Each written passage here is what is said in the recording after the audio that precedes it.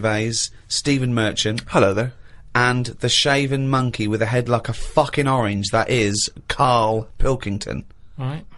Well, this is a special edition, a giveaway podcast that people who came to see my show Fame in London got put on their seat gratis. Thanks for coming. Well, unless you didn't even come and still got this free. Unless someone went and said, I don't want it, it was rubbish, and gave it to you, you're listening to it for free. Or you've sort of downloaded it illegally. It was free anyway. Oh, forget it. We've been away for a while. Now we're back together. The old team. The old team back together in a little room in central London. Karl, looking back on the year, what's happened? I remember last year the most memorable thing that happened was you saw a grub eating a biscuit. So that was a highlight. I made it into his diary. Yeah. So what's the big thing of this year? What's the big thing so far of 2007 that, if I say 2007, you'll go, oh yeah, that was the year that. In in 10 years' time. Years to come. Yeah, I'll go. Remember 2007? You go. Of course I do. It was the year that. I haven't really been following what's going on because of other like personal. Well, yeah. issues. What's the big? Okay, what's the big thing? My boiler's playing up still. Sick of it. Your what? My boiler. Your boiler? The boiler that eats the water up and stuff. Such it doesn't. You know what I'd do in that situation? I'd instantly get a repairman out to sort it out. Done that twice. It was £80 for him just to say, it looks like you need a new one. Why didn't you get a new one then? Call out. Because then you wondered, are you meant to believe him or is he out to sort of... Well, he's the expert. Yeah, but is he? It's Well, like you're meant to get a second opinion, aren't you? Like, so that was the first time then. So what was the second time? Who came out the second time? same fella. And what did he say? Well, I What thought did you he were going call to get a me? second opinion. I know, Yeah, but and I also- called up the company and they just sent him again because it. Well, call a different company. What was it? No, What was no. his second opinion? £80. I undercharged you. It's 150. No, because they must look in the book and sort of go, oh, Harry went round there or whatever, and they must think, well, he went there last time, so he knows the situation. Yeah. And got the same fella again. Well, so he well, turned and up. got the same opinion, I assume. Same answer, yeah. What, so okay, so it's so twice you've called someone out. They said you need a new boiler. He had the overalls on, holding a monkey wrench again. He came in a van. Yeah. He charged you. He's the professional. Why haven't you got a new boiler? Because then he went on to say that it's a dangerous setup I've got. It shouldn't be set up the way it is. It's dangerous. Something about gas leaking out of it. He said you don't sleep close to this, do you? And it's like, well, the bedroom's there. It's not a big flat. You've seen it, Steve. Yeah. Everything's en suite, isn't it? So he went on to say Everything's en suite. So anyway, he's just sort of said, look, he doesn't want to touch it. He said you need to get someone in who can sort this out for you. But What? And it took him 2 visits, £160 to figure that out. yeah, this is what they do, isn't it? So what's his advice? He just said, there are people out there who will touch it if you pay the right money. Well, okay, so you're going to get an expert in who does this thing and sorts it out. So Well, no, I called up my dad. oh yeah, He always knows He's someone the who first can man to sort go, stuff out. And he said, one of your cousins is a boiler man, and yeah, they're coming round, but I've never met them. And it turns out that person, because like the whole family, I'm not into sort of keeping in touch with people. Sure. I haven't spoke to my brother for like, I don't know, 12 years, and sister about 15 years, and that. So the idea of this cousin, who he might as well not have said he's my cousin, because I'm not going to know him anyway. I mean, that last fella, Harry, might as well have been related. So they're going to turn up, and now it turns out that because they haven't seen the rest of the family, they're going to like use this as a reunion. oh, What? So they're all going to come round whilst They're all coming round. he fixes the boiler. Yeah, and I hate it. I hate family things anyway. so they're going to come round and just look at you. Well, yeah, apart from the one who's fixing it, he'll be fixing it, and the others will just be sat around, sort of going, so, how have you been? It's like, well, where do you start? I haven't seen... seriously, I mean, they are strangers. When they buzz, I could be letting anyone in. They buzz the door. And so you're going to entertain them all in your flat? Tiny Well, little flat? I said to my dad that I might just say that I've got to go to a meeting, let them in, and then shoot off. I love that. So now they're strangers that you're letting in your flat and you're not even being Yeah. there. That's the best thing. That's the security. Now, Karl says he remember this year for his boiler being a bit of a pain. But now everyone knows over the past sort of like few years, my big pet project hasn't been my own career, it's been get Karl famous. Yeah. I want people to recognise him in the street, come up to him and say, "You bald-headed mank twat." Make his luck. Well, let me tell you now, Rick, I've been out and about, and a lot of people have said to me, they've come up to me and said, has Karl Pilkington got a head like a fucking orange? Well, and I've had to instantly confirm the answer to be yes. Well, I'm in America quite a bit, and it doesn't matter when I'm talking to David Bowie, The Simpsons, all these people on 24, all these people who have got these amazing careers and lives say, is Karl Pilkington really like that? I say yes. He's not 2 short planks. He's 3 or 4 fucking short fucking planks. Thick but short but thick fucking planks. lumps of thickness. But he's had a call. He had a call recently from a film company asking him if he's got any ideas for movies. Now, how desperate, in what dire straits must the British film industry be that they're going, well, they're turning to cover, yeah. We need Karl Pilkington.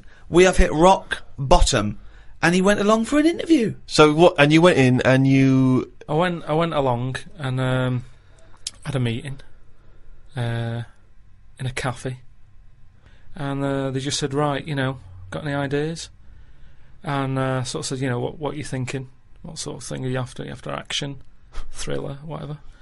Because you can provide any of that. I love that he's playing it cool, like you've come to the right person. Yeah. My time's precious, what do you need? Yeah, I'm Karl Pilkington, they call me the movie doctor, what do you need, Papa? So, thought of this idea sort of on the spot. Good. That whiz by 'em.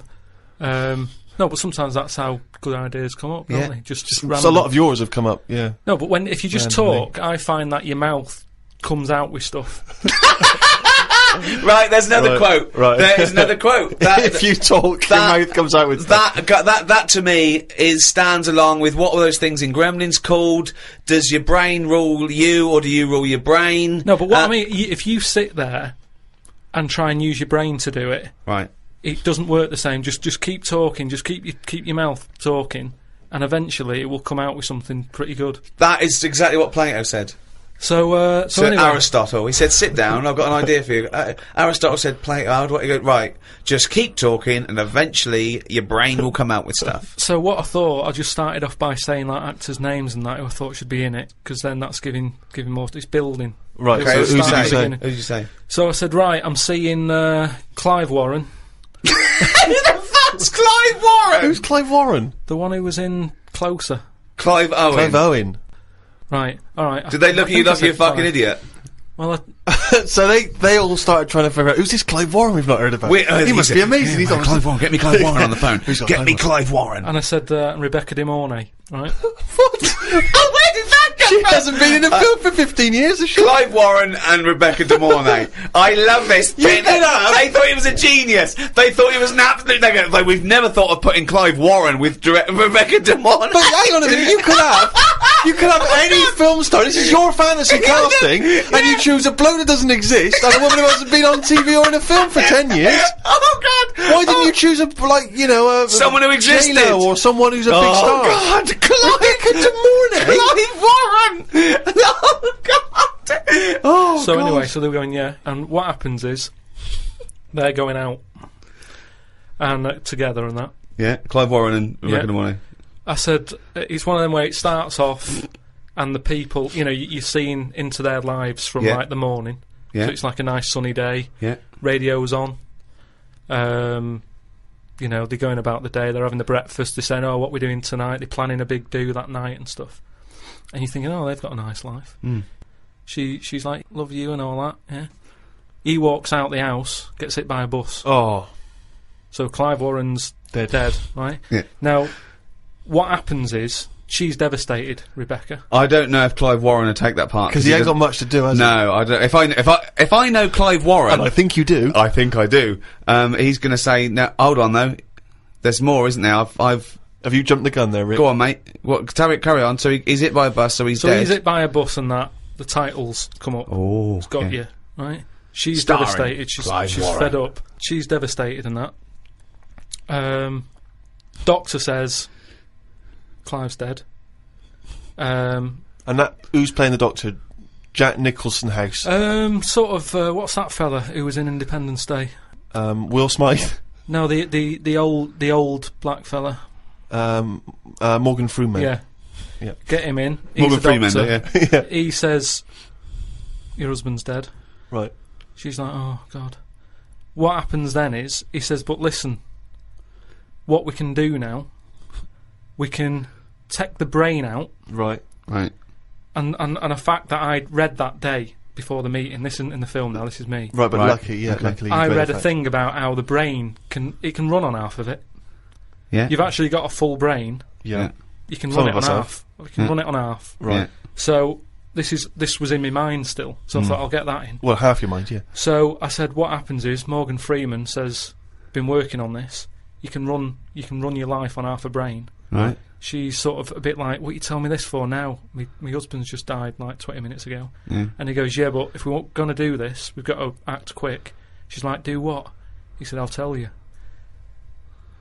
He says, we can, whilst his brain's not fully dead, because it stays awake for a bit when you've Oh, been he's killed. not dead then. Fine. No, but Wait he till he is. comes alive. What do you mean? He is, but they found out that Right. it stays awake a little bit. No. So- No, he's gone. No, You're no. hit by a bus. Yeah, no, he's dead. If the brain's dead, you are dead. Clive Warren's dead. And if No. the brain's not dead, you're not dead. No, but it's like people in a coma. They're dead, aren't they? But No, the brain no, isn't No, dead. they're in a coma. No, they're they're in dead. a coma. No, they come out of comas, don't Alright, then he's in a coma. He's been hit by the bus, but the chances are he's not going to come out of that coma, but his brain is still awake. they? Right, okay. So, change that. That's easily done.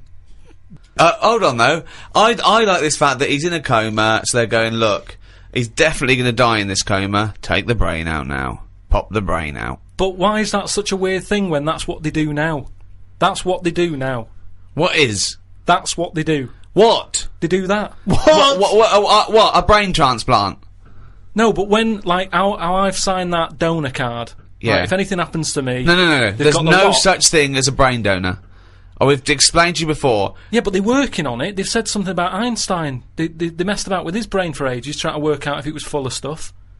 That's what they're doing. They're working on that. There's loads of things that doctors are doing that we don't know about. I've seen some weird stuff on the internet.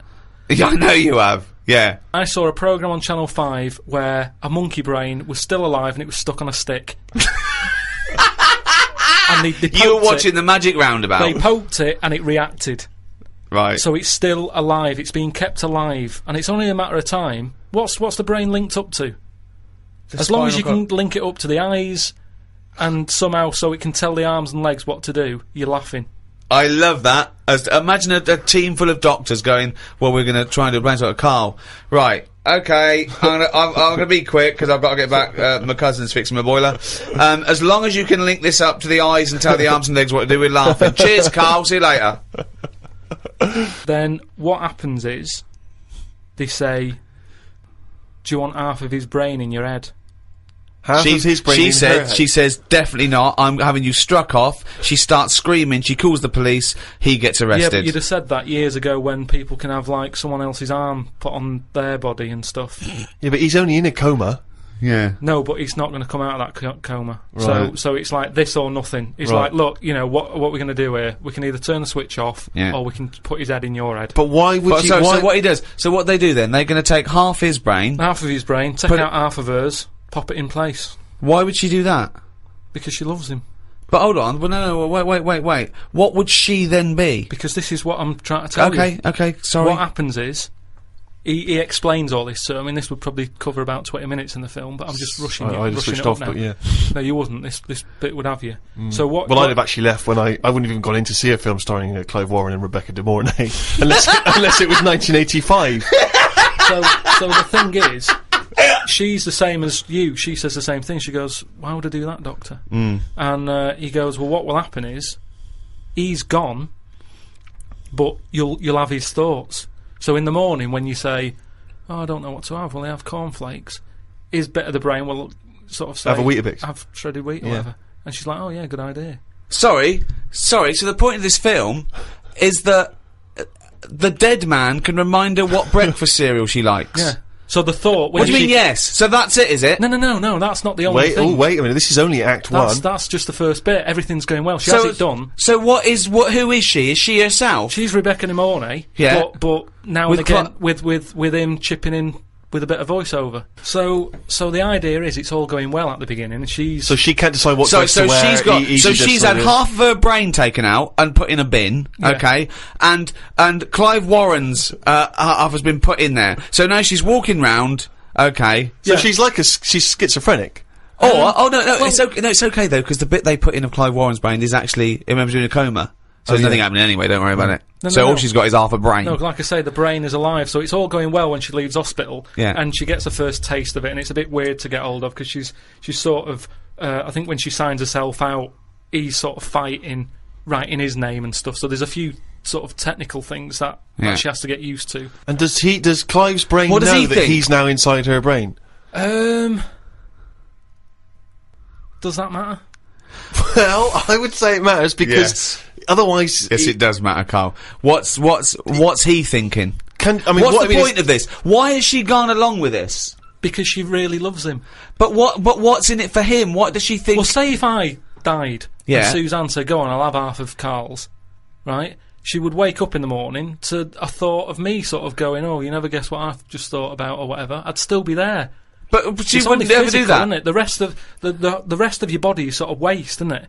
But Carl, the rest of your body's sort of waste. No, it is kind of. When someone dies, it's not that person anymore, is it? They're still there physically. Yeah. But you can't have a chat with them. So if you could have someone's brain in your head when they're dead, you'd have it, wouldn't you? What are you talking about? Why would I have someone's brain in my head when they're dead? Well, I've got a perfectly good brain.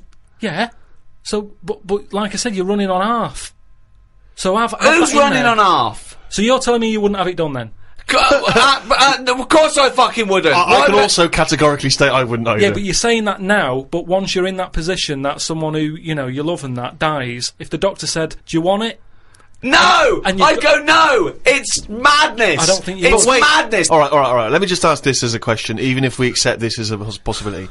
If Clive Warren doesn't know that he's in Rebecca's brain, their love and the conversations they used to have and what would the connection between them is going to be absent, because she's going to be talking to him and he's just going to be going, I don't know, shredded wheat. It's all thought. She doesn't have to talk. So they're not talking to one another? Well, they are, but not out loud. She's not walking down the corridor going, "What do you think, Clive?" And he's saying shredded wheat. It's happening. Right. But how is this dramatically shown on screen? Do we hear those voices? Now that they've got the voices.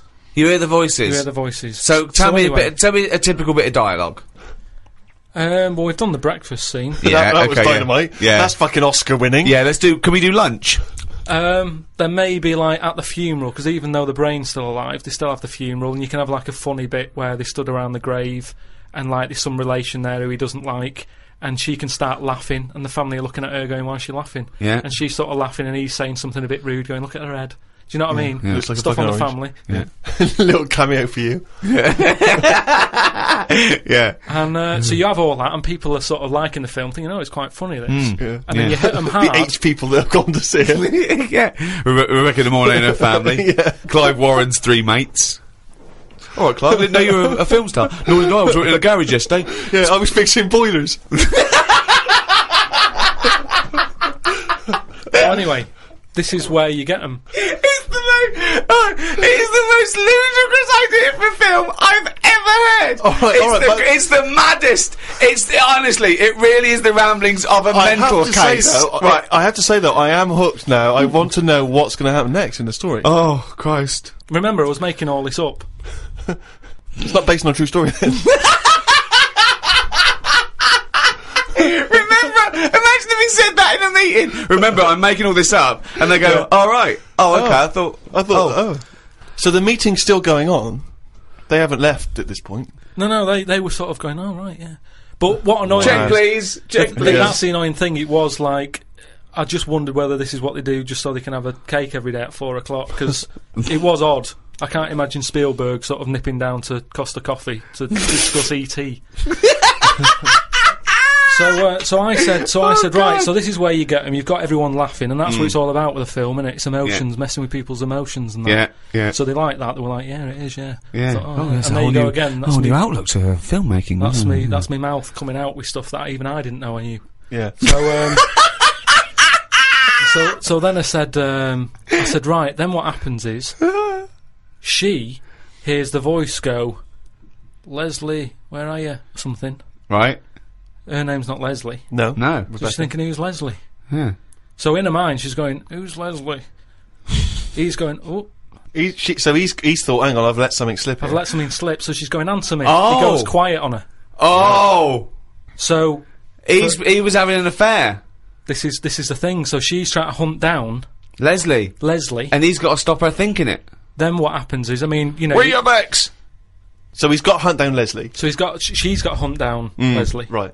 and that can fill about half an hour again. I'm not I love quite the fact that you're doing it how far you've got through the film. Yeah. You've got to fill up 2 hours, right? One more idea, we call it half hour, that's the end of the film. See you later, starring Clive Warren. So Nice to see Rebecca De Mornay again, wasn't it? Yeah. So Leslie has got to be sought out. It's a woman, is it? Another Leslie, or it's is it a another bloke? woman. Right. But what happens is, I mean, without ruining the end for everyone, what would sort of happen is, Oh yeah, because we don't want to ruin it for them. Because this will be filling the multiplexes in no Yeah, time. this film's definitely going to be This made. is definitely going to get made. well, seriously, isn't any pick a massive Hollywood film and look at it on paper and go, that's a balmy idea. Casablanca. I haven't seen it. Okay.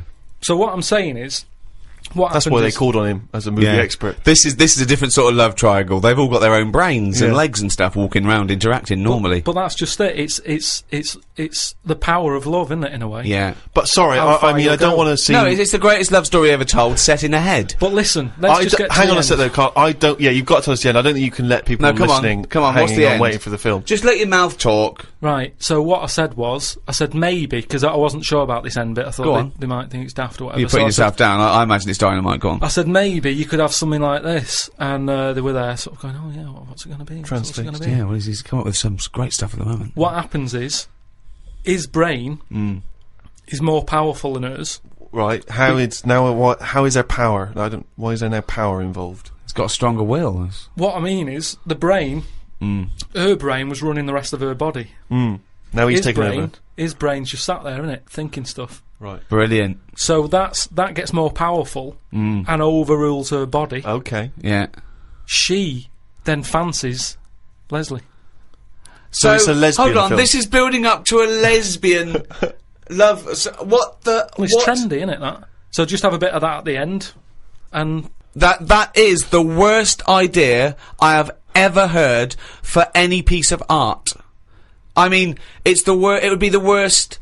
It would be the worst TV show, worst book, worst everything. It's the worst idea. it's not the worst idea because as long as a film makes you think. But then this it's done doesn't its make job. us think about anything. I'm thinking, who the fuck's Clive Warren? So hold on. So he overpowers her. So she is now a lesbian. What's Leslie getting out of this? Why does Leslie think? Hold on. Why is my Because- dead lover's wife coming on to me? Because this is what I'm saying to you. It's relationships. It's the love of two brains. Right. Okay. Again, can anyone a out there? Can we strapline. make that into it? That's a quote. The relationships is a love of two brains. Well, it's- now, he's got something there. He's got something Yeah. there. But my point is this. Why is Leslie suddenly turned lesbian? Because she loves the brain. But does she know this is Clive Warren? Well, maybe now and again, Rebecca or Clive says something. Rebecca will say something now and again, like, "Oh, I like me. Minge. I like me. You know, me food done like this or whatever." And it's all about say if I like love my food cooked. Oh my, wait a minute, Clive Warren on this food cooked. Yeah, I'm in two minds about this bacon. Yeah, what I'm I going mean to turn is into a lesbian. people Shredded wheat. people like what they like, and it's the same way, like I've said to you before, with someone who's been going out with a woman and then is found out that she's got a twin sister and they divorce that first twin and go out with the other twin. It's all the same. You're after the same thing, aren't you? Yes, but that. When a cat dies, you buy another one. It's the same thing. You want that same. Yeah, but you love don't for necessarily something. switch your sexual orientation. In the case of your twin scenario, they both look the same. Yeah. Has there ever been one where it's twin boy and girl? Go, well, I was going out with her, but I mean, he looks a bit like her. Yeah. I loved boobs, now I like cock. Well, This is your problem. You don't know anything. And this theory about if your mouth talks enough, the brain will kick in soon. Rick, you may be interested to know that Karl Pilkington basically thanks to the efforts of your good self in making him into a household name, has got a book deal. And there's a book that will be coming out later in the year called Happy Slapped by a Jellyfish by Karl Pilkington. What's that about, Karl? What's the angle? Is it a novel? Well, again, I just was letting my mouth sort of think and what have you, just churning stuff out, and I was thinking about holidays that I've been on, because they always say write about what you know and stuff. So I thought, well, I've been on a few holidays. Write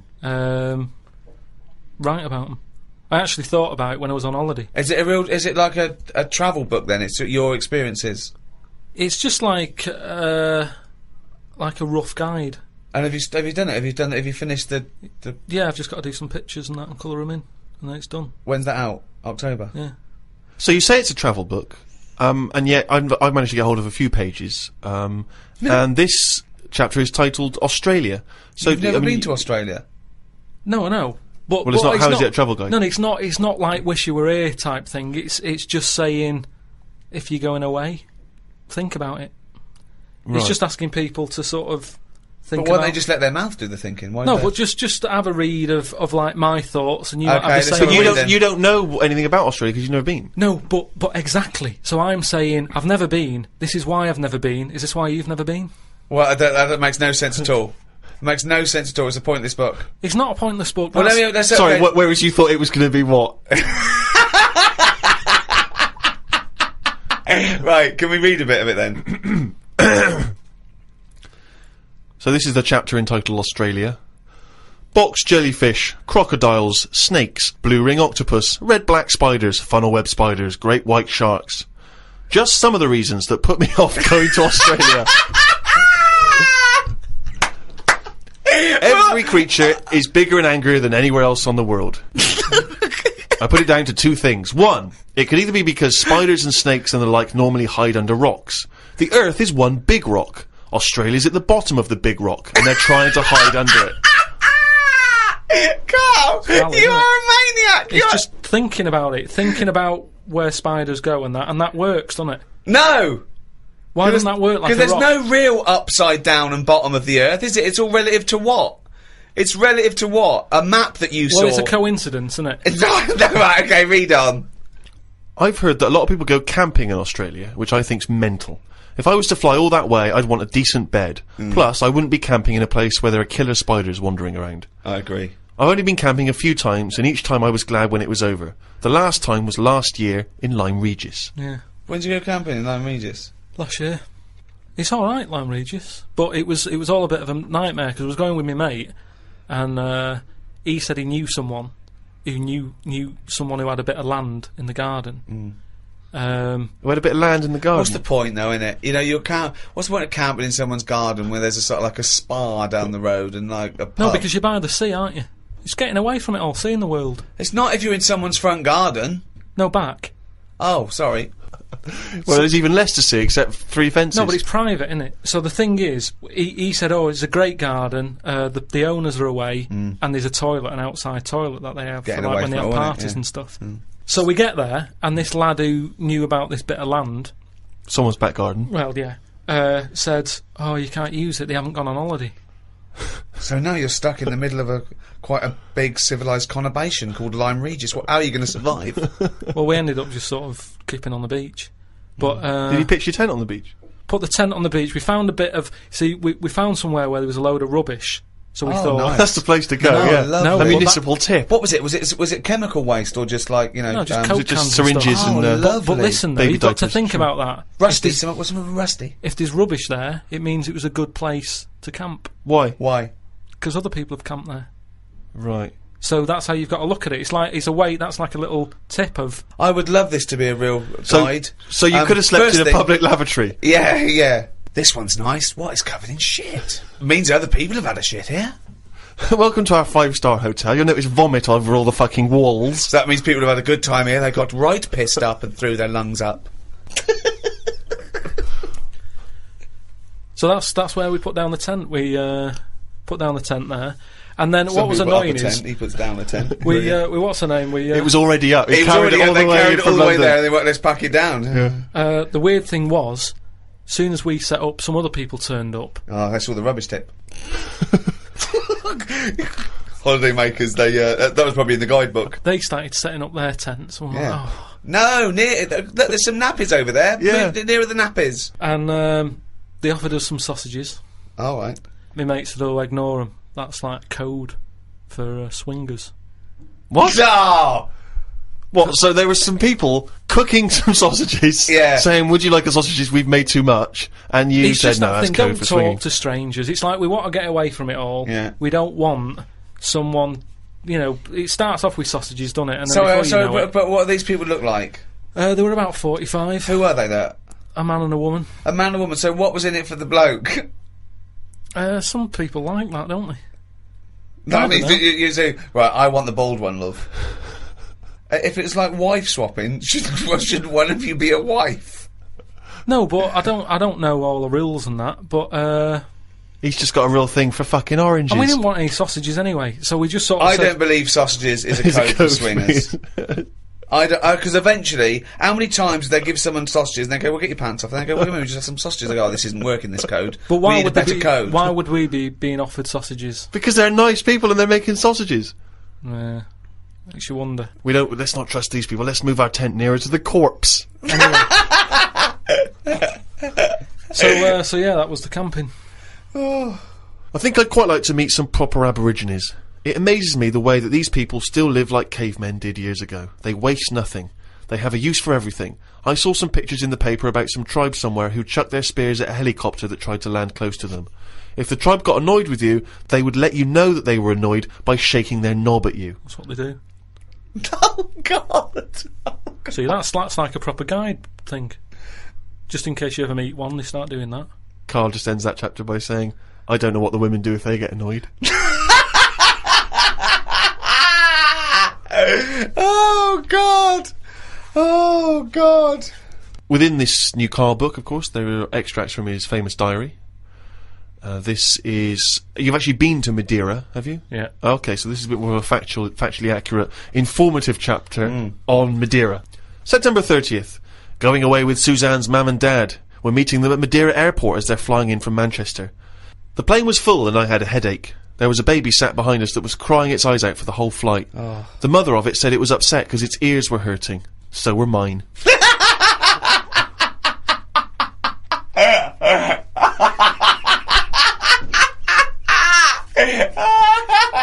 Oh God! Oh. We had to get 2 cabs to the villa because they couldn't fit 5 of us into one. It cost €85 each. That's just whinging. That's not anything. That's dear though, isn't it? It's a dear way. But that's not good because they don't know how far that was. Yeah. They don't know whether that's rip-off or how, you know... It's just letting you know that. What? You don't know what the distance was. If it was a Taxes a mile, day. it's a rip-off. If it was 25 miles, it's a bargain. And you know you can't get 5 of you in one cab. It's all little things that might help you on a journey. Yeah. Suzanne's dad said he liked the free biscuits that were in the cupboard. We went to try and find... Sorry, this isn't useful as a guidebook at all. That is absolutely I know. They go, as a guidebook, let's have a look. Oh, Suzanne's dad liked the free biscuits in the cupboard. And much people complaining, you know, and they're going to be like, "There's no free biscuits in this cupboard." We went to try and find a supermarket. Suzanne's man was having a go at her dad because he didn't have a shirt on. She said he looks a mess and is embarrassed to be seen with him. It's their Ruby anniversary tomorrow. That's why we went away. Oh yeah. I bought a fan to put in our room to drown out the sound of the mopeds. I've heard Wayne Rooney does the same thing with a vacuum cleaner. What? To drown out the sound of vacuum cleaners, or he puts a vacuum cleaner in his room to if drown you've out the just sound got of a the moped? noise, if you've just got a noise that's constant, it makes you nod off, and it drowns out every other background noise. So all you've got is like, if it's a vac, it's just, and if that's constant for like all night, you just nod People off. next door going, they've got their vacuum cleaner on again. Put on the JCB. People next door going, they've got the JCB on. Get the poke the chickens. That's how nuclear wars start. Yeah. It works. Doesn't work. We watched... Earplugs, drown out everything. I've tried them. I didn't like it, did I? Why not? Because I could hear my heartbeat.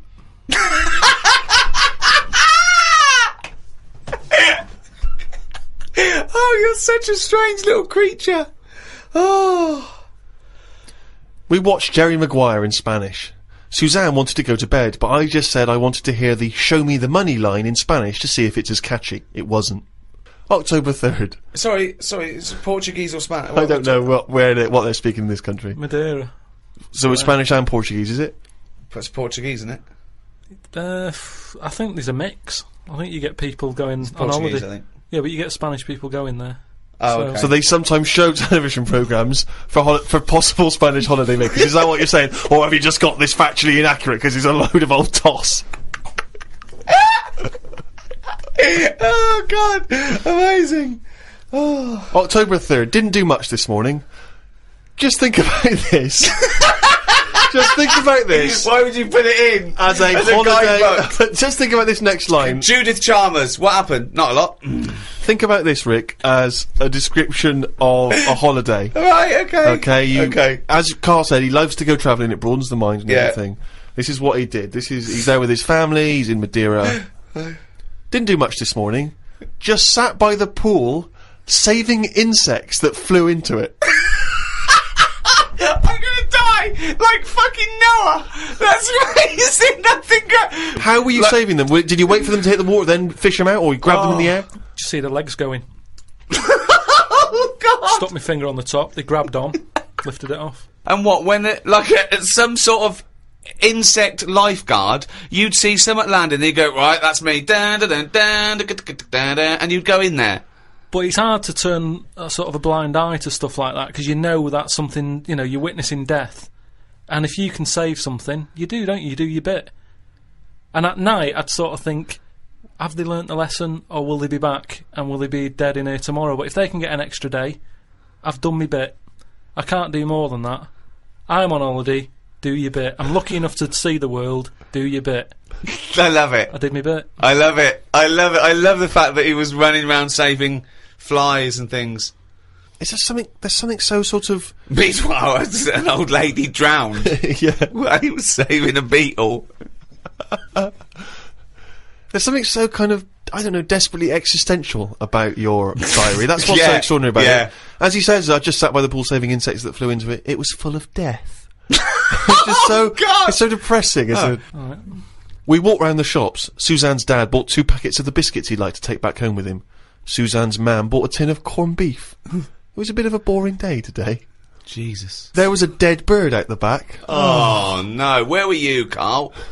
Suzanne's dad said it looked like it had flown into a wall and killed itself. No, I think it caught a few insects, but they were covered in chlorine, so it poisoned it. Loads of ants were eating it. Oh, God. I dug a hole under a tree and buried it. That ants were still all hanging around the scene of the death, ages after the burial. Suzanne's dad said I should have left the bird for the ants to eat because I was messing up the food chain. I felt bad, so I gave the ants some breadcrumbs. This is weird. This is just so This is dark. really weird. It's good bread out there, though, isn't it? I should have put that. We have to eat all the food we've got because we're going home tomorrow. Suzanne's mam cut her finger opening the corned beef tin and fainted. But sorry, this is really weird. Why do you have to eat all the food? Isn't this like, what was it, what's that film, the Amityville Horror, where there's like a haunted house and there's dead insects and ghostly children walking through the corridors, old people fainting, insects. I'm just saving the insects, mother. But you always eat all the food that's in the fridge before you go home, don't you? It's all there to be eaten. She bought some pikelets, which I've never had them. They're like squash crumpets. Right, okay. Start again. Start the whole thing again. She bought some what?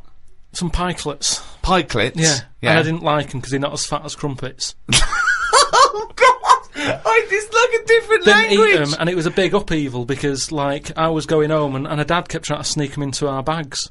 Because he's like, they were for you, you take them, we don't Smuggling. want your stuff in our house. Because he gets a bit funny about stuff being left over. There's bins that you can't put certain stuff in. There's a bin in the lounge and I put a tangerine peel in it. He goes, that sort of stuff does not go in that bin. So it's rubbish, yeah, but it's not the right sort of rubbish. Someone will camp next to it. We want to get a better class of camper. Oh. That's the book. It's called Happy Slapped by a Jellyfish Yeah, that's from one of the chapters in it. by Karl Pilkington. Get that soon. Particularly if you're thinking of visiting Madeira or Australia. Well, that's about it. Thanks for listening to this. If you enjoyed this and you haven't heard the others, we've got the whole all 3 series on iTunes. You can go and download those. The Ricky Gervais Show, is that what it's called? It's called The Ricky Gervais Show. Yeah. Carl's also made a programme for me, Steve, on my Fame DVD, out in November. It's called Fame, so I thought of a little title, Fame, I'm Gonna Live Forever. Remember that guy we met who's gonna live forever? Oh, yeah. Called Howard? Yeah. That was a meeting of mine's, and it's Carl meeting Howard, and it's Got on with him. It's really good, isn't it? It's really good, and he really gets on with him. And we're probably going to do a new series of the podcast maybe next year. What do you think, Carl? If you're not too busy making this film with Clive Warren? We'll see how it goes. Don't plan anything. Yeah, just check out rickygervais.com. I am Ricky Gervais, with me, Stephen Merchant. Goodbye. And Carl. Right.